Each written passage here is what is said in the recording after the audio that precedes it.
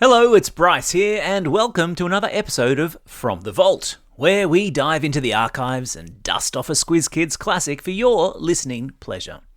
And today, I'm excited to have exhumed a fantastic Squiz Kids shortcut on fireworks. Because, it's only 4 days until we ring in a new year, and we'll all be looking at colourful explosions in the sky. But who first invented the firework? What's the science behind them, and why do they continue to make us ooh and ah? It's another cracker of a Squiz Kids shortcut. See what I did there? Which I know you're gonna love. Enjoy. This is a Squiz Kids podcast. Your fresh take on what's happening in the world around you.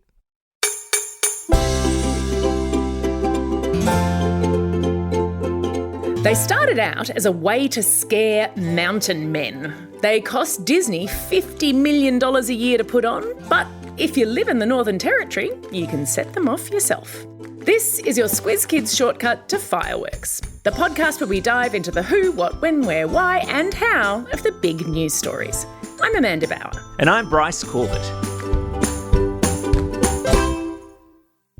Bryce, the year is almost over, and you know what that means? Me struggling to stay awake until midnight so I can watch the New Year's Eve fireworks. Oh yes. Today, we'll take you through how fireworks work, where you can see some of the biggest and best fireworks in the world, and why Cracker Night is controversial. Listen carefully, there's a squiz at the end. How? Bryce, the very first fireworks were invented by accident way back in around 200 BC. Chinese scholars actually used to write on green bamboo stalks and then they'd lay them on warm coals to dry. Right. But if they left them on the fire too long, they exploded. Wow. And the first firecrackers were born. Oh, wow. Now, you've got to remember that this was a long time before guns came along. So that bang was really scary. And according to Scientific American, the scholars noticed that the noises scared away some threatening men who lived in the mountains. And over time, the Chinese also believed that the firecrackers scared away bad spirits. Bamboo, eh? Who knew? I always thought that fireworks involved gunpowder, though.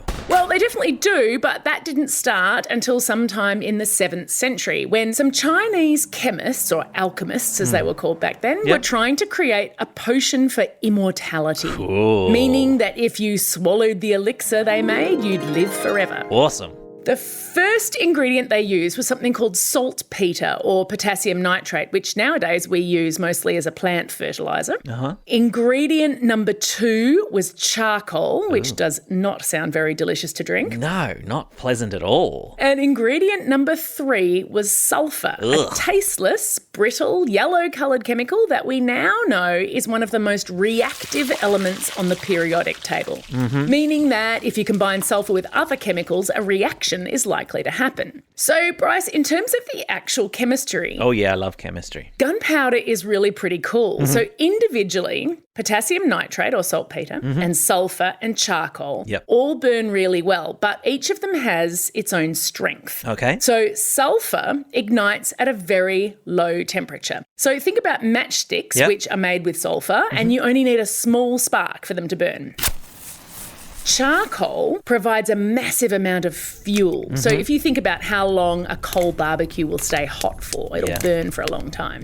And when potassium nitrate or saltpeter is burned, it releases oxygen, which means the fire will keep burning faster and faster because fire is fed by oxygen. So if you add them all together, you get a fast, powerful fire, which only takes a spark to ignite, and kaboom! Wow. So the fire is so fast that the gunpowder doesn't just burn, it explodes. And so I'm guessing with that concoction, the Chinese chemists never did discover the secret to eternal life? No, but they did invent history's first chemical explosive. Okay. They called it huo yao, which means fire drug, Right. and they started stuffing it into those bamboo tubes they were using for firecrackers to make a kind of sparkler. So gunpowder was used used for fireworks first and guns second. Yep, that's exactly right. Wow. It didn't take long for the Chinese military to realise the potential of stuff that goes bang. Mm-hmm. They started out by attaching those bamboo sparklers to arrows and raining them down on their enemies. Ouch. Whoa. But today we're just going to focus on the fun use of gunpowder in fireworks. Yep. It was the Italians who took them to the next level. They introduced colours and ways of launching the firecrackers into the air. Oh, yeah. How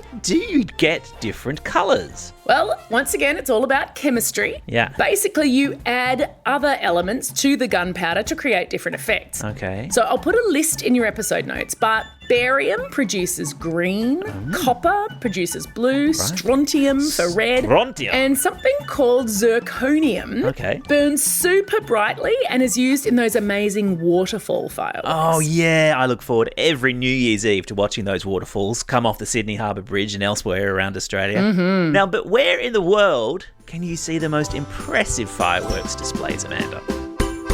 Where? Bryce, China still makes about 90% of the world's fireworks. Wow. So not surprisingly, they're pretty good at putting on a fireworks show. Sure. I've put a link in your episode notes to an anniversary celebration from Beijing that is pretty spectacular. Since 1922, Australia has actually had its own firework manufacturers. They were started by an engineer at a steelworks in Newcastle. He loved the sparks and the colours of metalwork, and he decided to follow his passion for fireworks. Right. At the beginning, he just imported them from England, but they often arrived off the boat a bit soggy and ruined. So he started making his own. Yeah. And when the Harbour Bridge opened in Sydney, his fireworks were used for the celebrations. Ah, of course. Sydney's New Year's Eve fireworks are some of the best known in the world.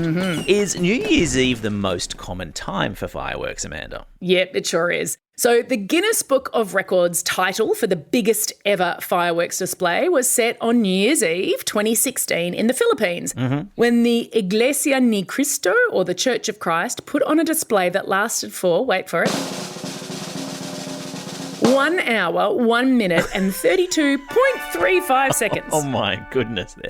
I'm guessing there must be some pretty amazing video of that. Well, sadly, no, it's not so hot. It actually poured with rain the whole way through that display. You know what does have amazing videos, though, are the New Year's Eve celebrations in Ras Al Khaimah. Now, that's one of the emirates that makes up the United Arab Emirates. Ras Al Khaimah holds multiple world records for fireworks, including one for the longest waterfall, which spread out for more than 3.7 kilometres along the waterfront. Wow. And the tallest tower of fireworks that reached more than 1 kilometre high up into the air. Wow. But Bryce, I want you to guess, who do you think spends the most money on fireworks every year? All right, do you want a clue? Yeah, give me a clue. All right, its slogan is that it's the happiest place on earth. Ah, that would be our office. No, Disneyland, of course. Now, don't they have fireworks every single night at every single park around the world? Now you've made me wanting fireworks at our office. Now, apparently, Disney forks out more than $50 million American dollars a year for fireworks. Quite a bit more than the stories that my parents told me about saving up their pocket money for Cracker Night. Right, of course, Cracker Night. They still have it, of course, in the Northern Territory and in Tassie, but every other state in Australia has banned people from buying and setting off their own fireworks. So why, Amanda, is Cracker Night so controversial? Why? For any Aussie kid in the 1950s, 60s and 70s, Cracker Night was about as exciting as your birthday and Christmas. Yeah. For one day only in Australia, people were allowed to buy and then set off their own fireworks, which, as you can imagine, was extremely fun, but also pretty dangerous. Yeah, no, that's true. That's true. By the late 1980s, Cracker Night was banned by every state and territory other than Tasmania and the Northern Territory in an attempt to eliminate accidents, injuries, and destruction of property. But every July 1st, which is Territory Day in the Northern Territory, people are allowed to buy fireworks with names like Bad Neighbour and Nuclear Havoc between 9 a.m. and 9 p.m. And they're only allowed to fire them off between 6 and 11 p.m. All right, and I have to ask, do people get hurt? Yeah, well, a few years ago, Cracker Night led to 27 injuries, 770 000 calls, and 679 grass fires. What? Yep. And in Tasmania, of course, where Cracker Night is held in May, the government has asked people this year to join forces to have a neighbourhood fireworks instead of lots of little individual ones to minimise the effect on animals and wildlife. Oh, yeah. I mean, I love fireworks, but my dog hates them. Oh, yeah. Louis cringes and hides under the nearest bed. Time for the quiz. This is the part of the podcast where you get to test how well you've been listening. Question number 1. Which country makes 90% of the world's fireworks? Yeah, that's right. It's China. Question number 2. Name one of the ingredients of gunpowder. And bonus points if you get all 3. Pat yourselves on the back if you got charcoal, sulphur, and potassium nitrate or saltpeter. Question number 3. What's the name of the day in the Northern Territory and Tasmania when people are allowed to set off their own fireworks? Yeah, that's right. It's Cracker Night. That's all we have time for today. Thanks for joining us as we explored the who, what, how, where, when, and why of fireworks. Now get out there and have a most excellent Happy New Year. And to you too, Amanda. Happy New Year, Squiz Kids and Bryce. Over and out.